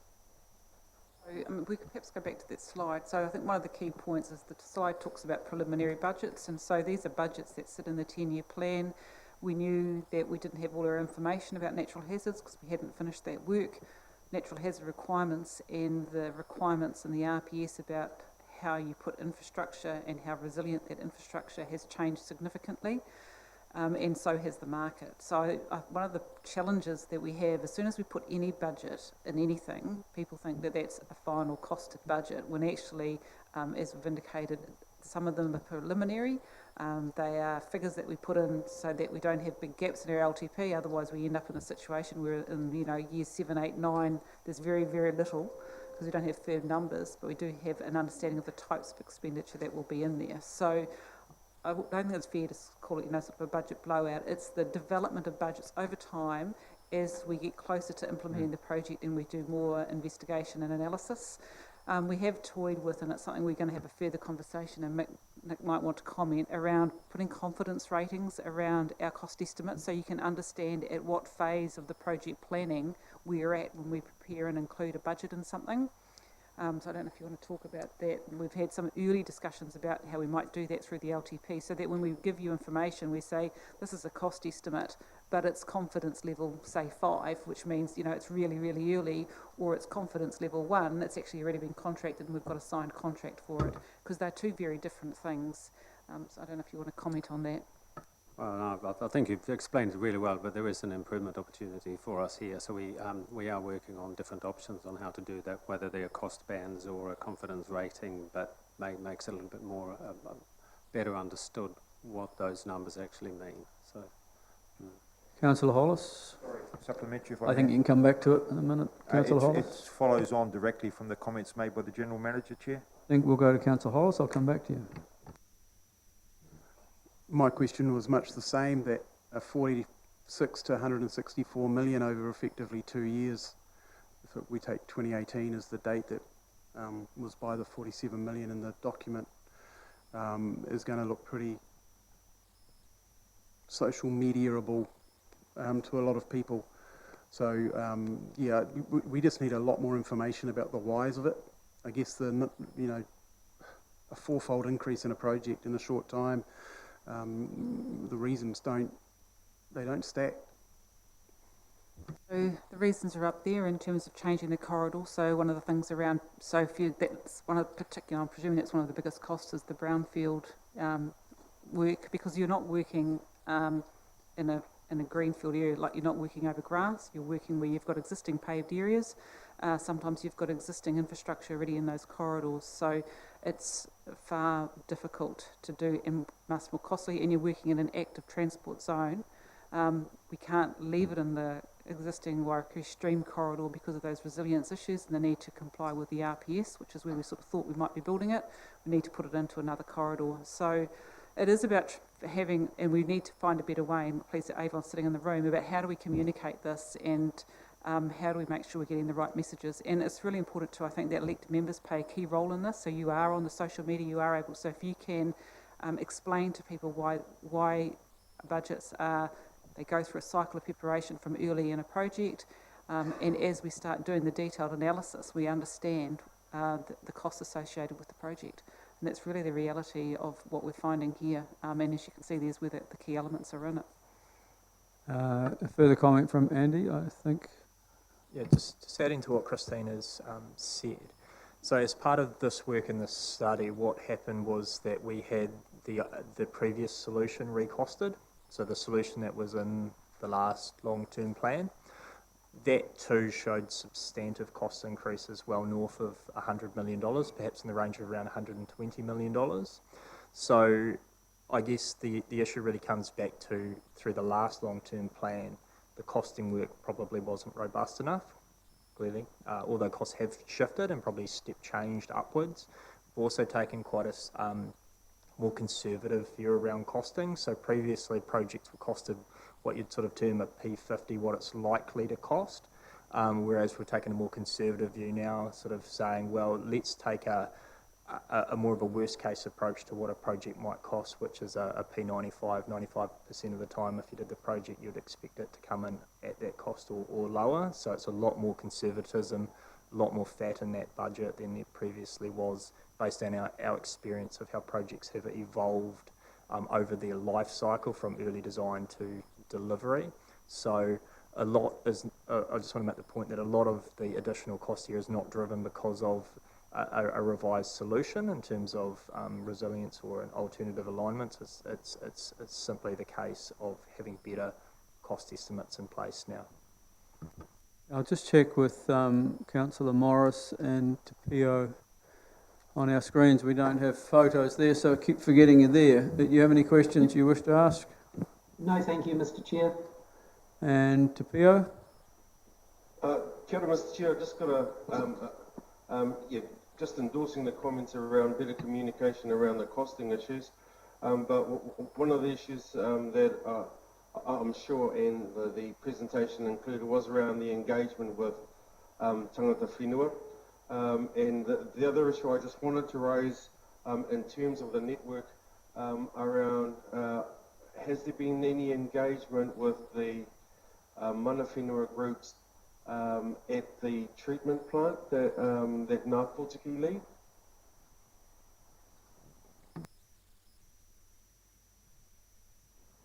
Yeah, so we have not, for the chair, I think you're referring to the Wastewater Review Committee.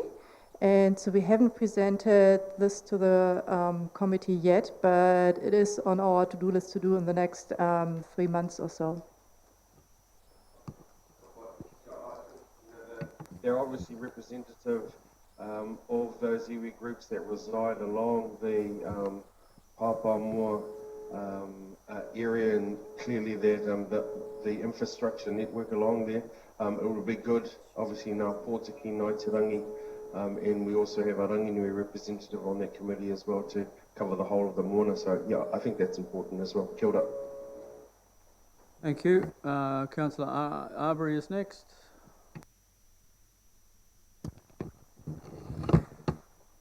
Yeah, so just a process question in terms of the options assessment and the MCA that or multi-criteria analysis that you go through.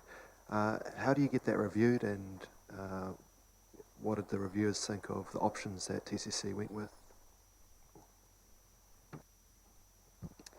So in terms of the process that was went through, there was a list of criteria established with the team, which was a team across TCC, and we went through a process of challenging scores for that, but also changing weightings. So what if we valued cost more, for example? What if we valued environment more? How would that change the outcome?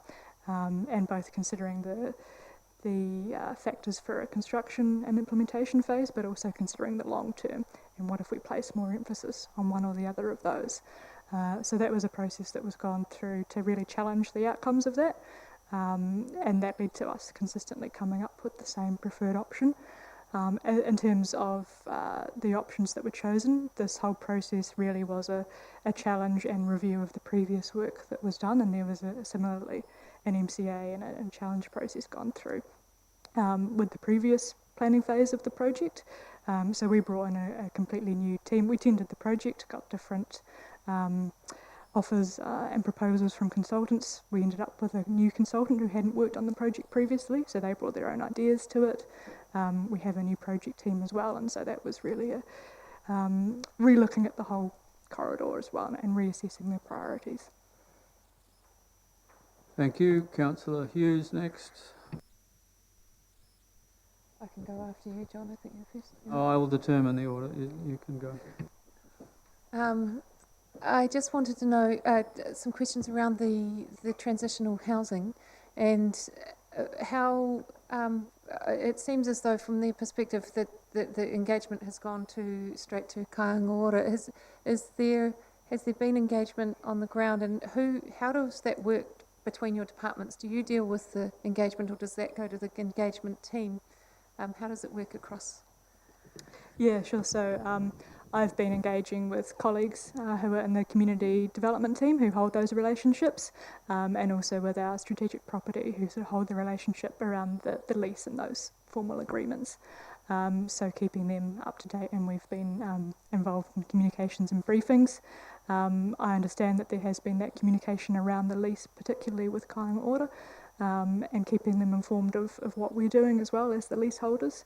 And prior to putting this paper forward and becoming in the public arena, there was engagement with Kāinga, and I believe the Community Housing Trust as well, letting them know that this was coming and was going to be discussed in public as well to prepare for that.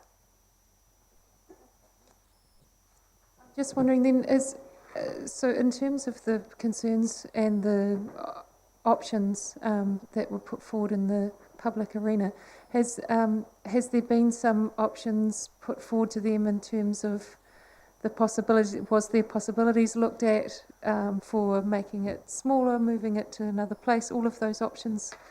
Could you expand on in the light of their situation, how that was gone through and where you're at with that? Yeah, sure. So I guess when the agreement was first reached, and this is prior to my time, apologies, but that sort of set the scene of there's an identified area that would be required in future. So there was actually a concept plan that was prepared at that time, which showed the footprint required, and that's how the lease was then structured, to show that there's the footprint that will be required in future, and there's the footprint that won't and can remain for a longer period of time. And then that was on the understanding that Council will continue to work on its infrastructure options, and so that's the process that we've been going through now. As part of that, we did choose to take an even further step back and say, do we still need this site? And that was the work that we went through, saying, are there other sites? And other sites were looked at, such as land that council owns. For example, land closer to the dune system, and that was felt to be not appropriate for various reasons. So when we reported back, we reported back that we have been doing the work that we promised we would do. We said we'd continue work on our planning to get ourselves ready for the pump station that has been proposed. We reported back that we have been doing this work, we have looked at alternatives, and we have looked at the need for this, and we do still need it. So we would like to talk about how we can work on letting you know what we're thinking, advance notice that this is coming up as previously planned, and are there opportunities to work on mitigating that? Are there other sites we could potentially look into for that housing, given it's a couple of years away? Just to pick up on that, when we were undertaking the negotiations, we spent quite a lot of time planning out when we would need that land back, that site back, or that part of the site, and it was one of the things that sort of held up the final lease, because we were trying to push it out as far as practicable, but not too far, and we've pretty much landed up exactly in the right spot. So it was always very clearly signalled that that land would be required for wastewater purposes. That was well known by all parties at the time. Just on that same subject, on attachment C, if I may, can we clarify there in paragraph 7, the site be 5-year lease, 3-year renewal period? Was that renewal period after the first 5 years, or was there a renewal period within that 5? Can you see the page I'm looking at? Yeah, I believe it's after the 5 years.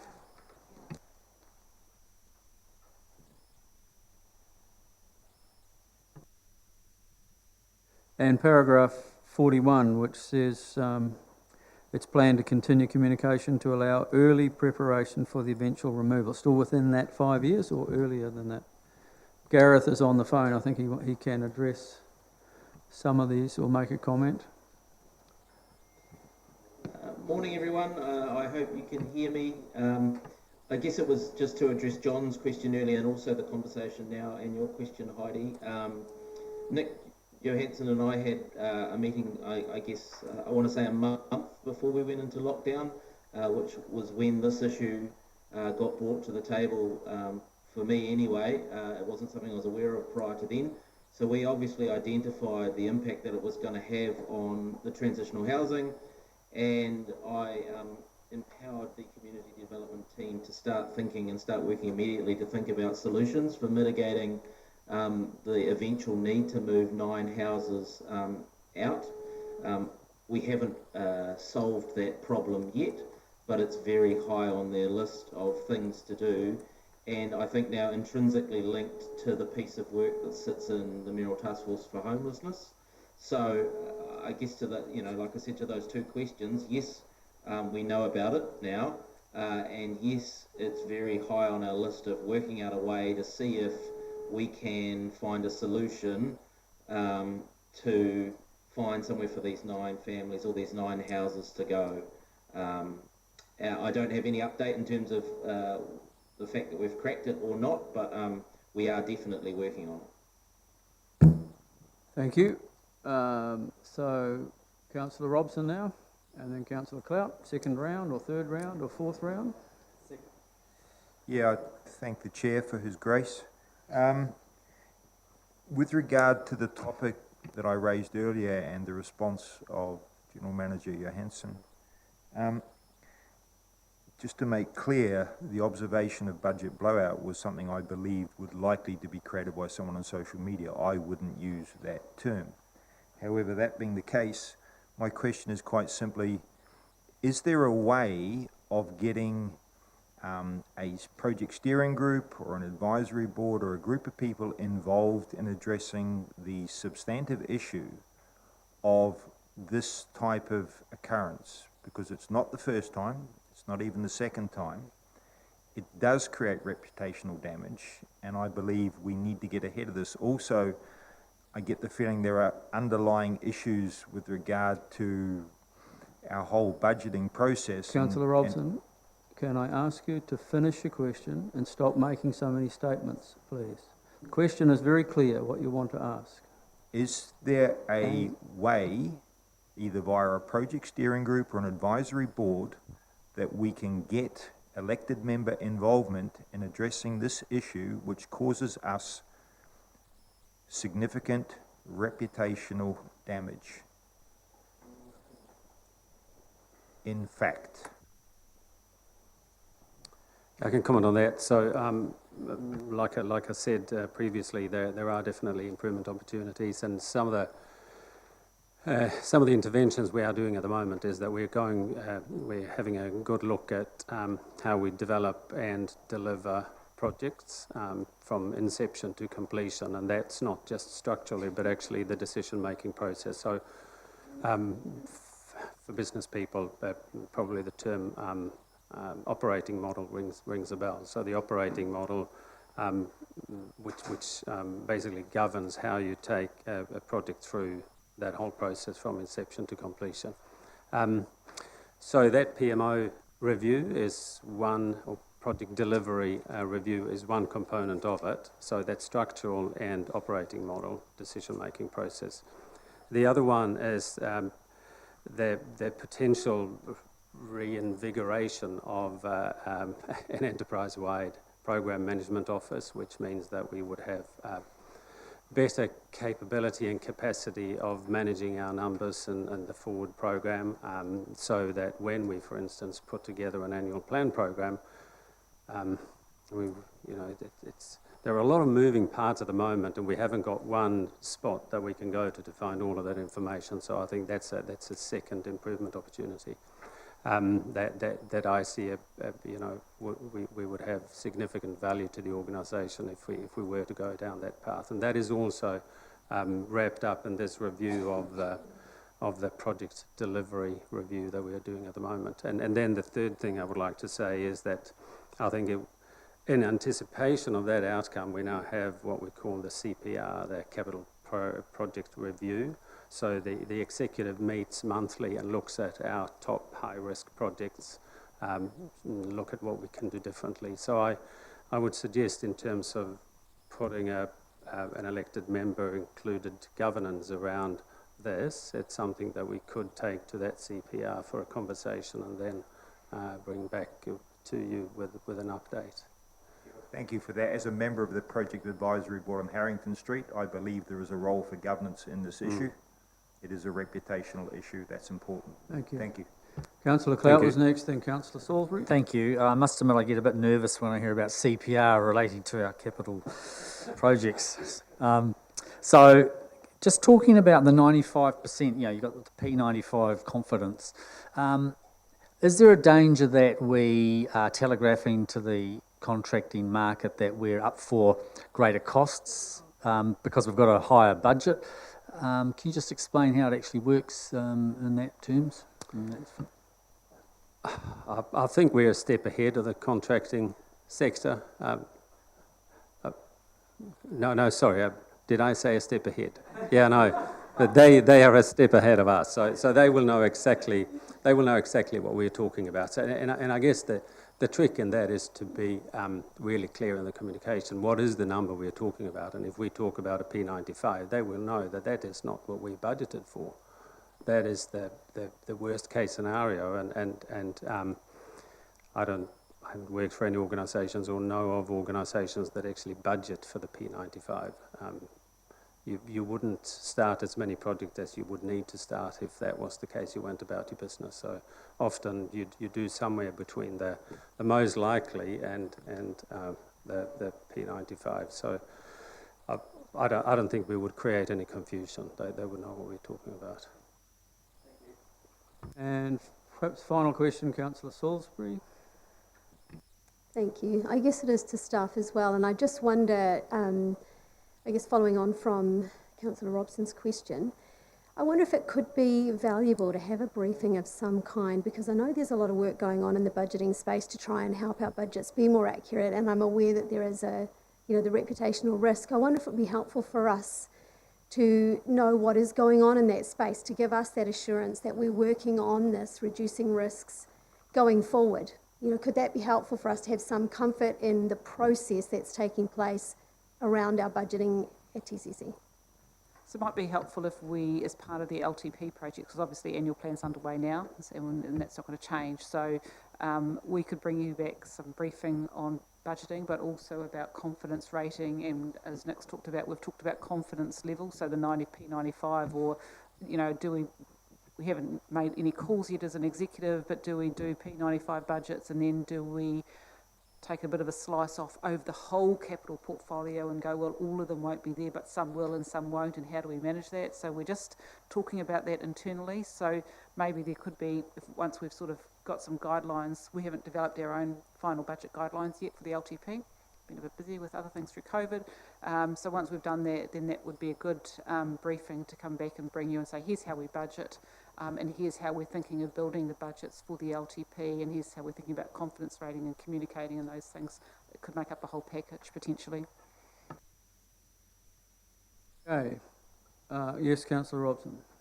Yeah, I think the suggestion by Councillor Salisbury is a good one, and it helps us fulfil the role that Christine Jones suggested earlier, that we have a role in explaining and communicating, and it's very hard to do that without knowledge, and a lot of people here don't have experience with significant capital investment projects. I've been blessed in that regard, or cursed, depending on how you look at it, but I think that's a good way forward. So thank you. Maybe appropriate for that to go to FARC, I'm not sure, so we'll look into that and see where the right place is for it to go. Okay, do I have a mover for what will now be not A but B, C and D of the recommendations? Councillor Robson, seconded Councillor Salisbury. Wish to For speak to it, clarification, Councillor Robson? Can you just please read out the recommendations? I've just missed those, sorry. Endorses the outcomes of the Eastern Corridor Wastewater Program. B, agrees to proceed with the implementation of the Opal Drive Rising Main and Opal Drive Pump Station as a priority to service existing zoned land, subject to budget being available through the 2020-21 annual plan and the 2021-31 long-term plan. Agrees in principle to the delivery of the Eastern Corridor Wastewater Program, subject to budget being available through the 2021-31 long-term plan. Speak to it, Councillor Robson.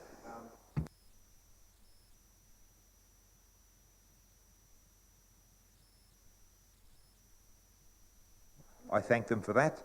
I anticipate there will be an amendment moved with regard to Opal Drive, and I'm hoping that's been crafted, and I signal at this stage, I can't speak for the seconder, that I'm probably more than happy to adopt any reasonable amendment around the Opal Drive transitional housing issue.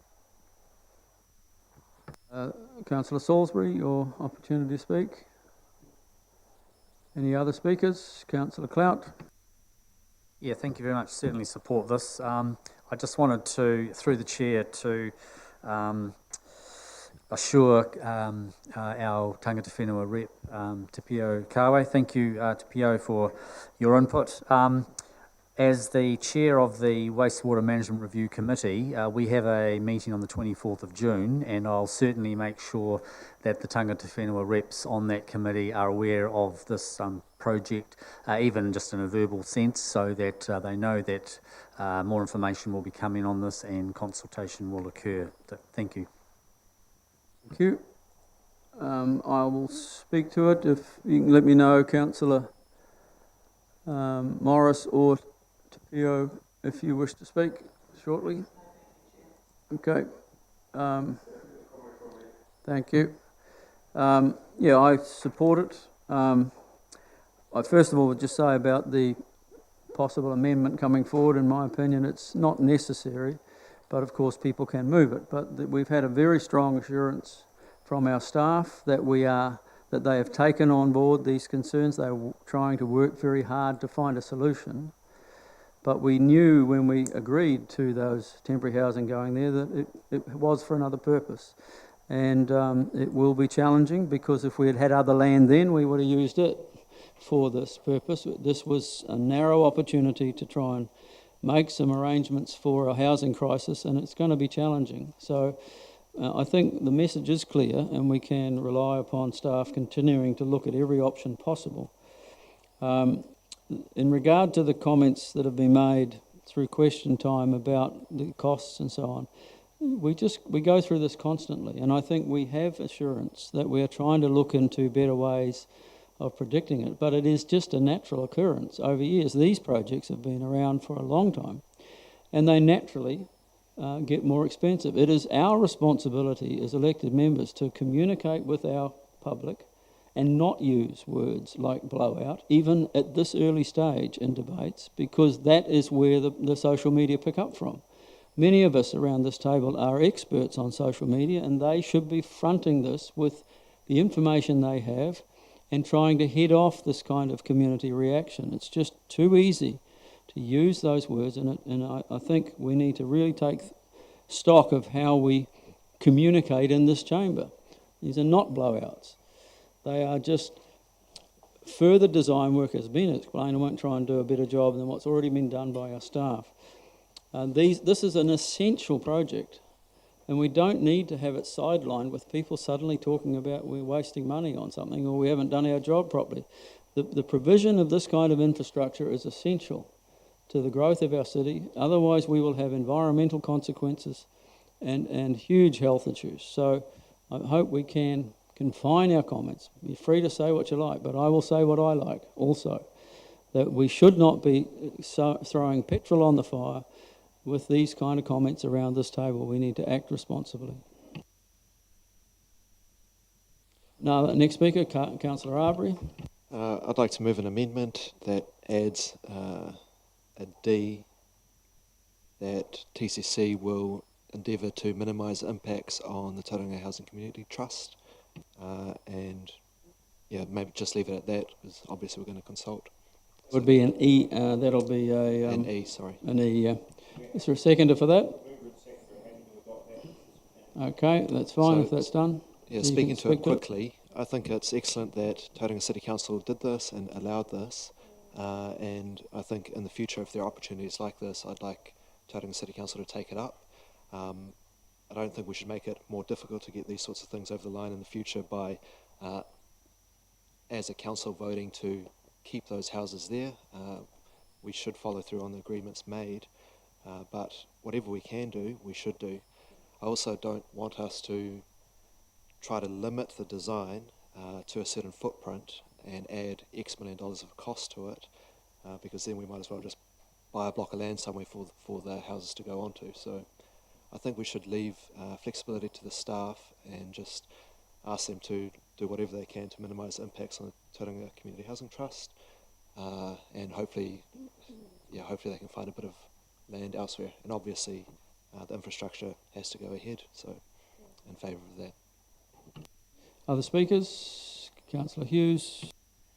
Just briefly supporting the motion, but would like to see in some more transparency around the matrix around the four well-beings, and so that we can really see what the trade-offs are in these kind of projects going forward. Thank you. Thank you. Other speakers? If there are none, we will have the right of reply from the mover. Yeah, I agree with much of what the Chair said. This is an important project. It's not up for discussion. There is challenging. Managing growth is challenging. I remember in the 2015-25 long-term plan, an excellent version of the idea of successfully managing a growing city was actually the theme of that. And I commend that idea. Western Bay have got a very similar approach that they've been running and been able to strengthen their balance sheet on that basis. That being said, there are impacts of growth and there are challenges to its management. One of the impacts of growth, obviously, is it hits the current ratepayer. We talked today about shifting $15 to $20 million onto a sum which I think already exceeds 40 million odd. That hasn't been able to be picked up by development contributions. These are significant sums of money in the context of other projects we want to get underway, and we need to contextualise those. The management of the communication of information is critical to getting the political legitimacy required to continue with the growth of the city. If we fail to take our community with us, we become at odds with our community. We become a meat in a sandwich between the aspirations of central government and a community that we fail to properly inform and fail to properly protect, perhaps sometimes with our decision making. I think we need to work better. I do believe the machine requires better resourcing. By the machine I mean our council and many of our staff in it require allocation of better resources to help them do that job that I think sorely needed. And if that means we trade off a project to invest in providing our staff with the tools and capacity to manage this growth better, I think that's a really good trade-off to have. But I commend this project for what it is. Thank you. Thank you. Now, just before we put the motion, Councillor Arbery, can we have the wording just clarified so the staff can pick that up? Would you like to repeat that, please? That Tauranga City Council would seek to minimise the effects on the Tauranga Housing Community Trust during this project. I'm just wondering whether we should actually put Kāinga Ora, because our relationship is with Kāinga Ora. They've chosen to have a management with the trust, but our relationship is with Kāinga Ora. Okay, yeah, that's maybe better. That's fine.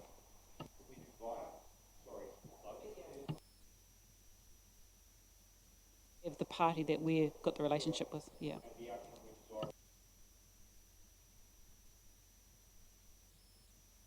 BCC seeks to minimise the effects via Kāinga Ora or on, or we're still getting that word correct. I think it's Effects on Kāinga Ora and Tauranga Community Housing Trust.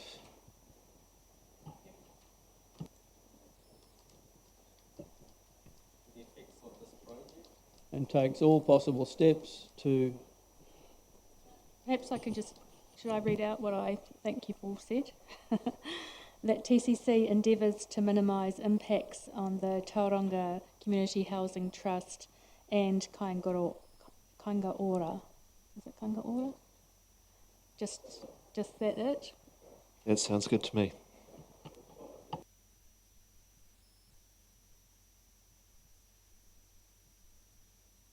I now put the motion. All those in favour, please say aye. Thank you. Any against? That is carried. Fantastic, thank you. We now will take a break, given we've been going 2 hours, but we're also now at the point where we would move into... Oh, sorry, yes, sorry. We do have the update on the Lime scooter, so if we're ready for that, we'll just do that and then we'll take our break, okay? Yeah, thank you, Mr. Chair. That'll be very brief, but nonetheless accurate, I hope. So after our March meeting, we had a fully committed partner in Lime for the majority of the lockdown, and we had their basically full attention and negotiating the operating conditions and the fee structure. That's ground to a halt halfway through lockdown because they were actually anticipating some data that was to be put into those equations. And when lockdown came into place, that data gathering ceased. So, but now they're back up and running again. So we also know that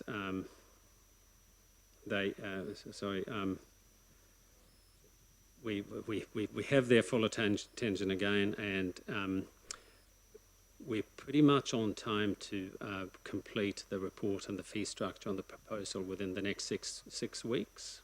So we think that we will be able to come. There's a serious, I think there's a meeting around the 17th of July. Rings a bell, is it about right? Council meeting, 17th of July, around that time. We're still aiming to bring the final proposal for the trial to that meeting. Any questions there? I've got one. Does it look like possibly then a spring kind of start of the trial, or a little bit earlier? Some value in it being warmer climate and everything? Or do you think it'll happen sooner than that, Nick, do you think? I couldn't comment on that. I would have to follow up on that, but yeah, that's kind of operational that I think we would have to leave Lime to make a call on, given what they know from other implementations. We can confirm that Lime are still alive and ready to go. Yeah.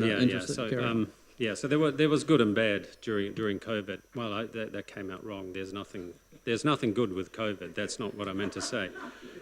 No, but the point was that we had a very committed partner. They didn't get the data they quite needed to conclude it with us, but it's back up and running again, and they are, of course, up and running again in other centres. So under level 1. Okay, thank you very much for that. So just before we go, we need to have the motion to move into confidential, public excluded, with the addition from the document that I read out before. Under the reasons was 7.2G, the withholding of information is necessary to maintain legal professional privilege. Do I have a mover? Thank you, Councillor Clout. Seconded, Councillor Salisbury. I'll put that. All those in favour, please say aye. Aye. Against? No. 2 noes, is it? What was that? Was yours an aye, Councillor Morris? Correct, yes, I voted in favour. Thank you very much. Okay, so that motion is passed. We will go now into public excluded. We'll take a break for, do we need 10 or 15? 15? We haven't had a lunch break because we started at 12. Some people may not have had much to eat, so let's make it a 15 break. We'll be back at 2:25.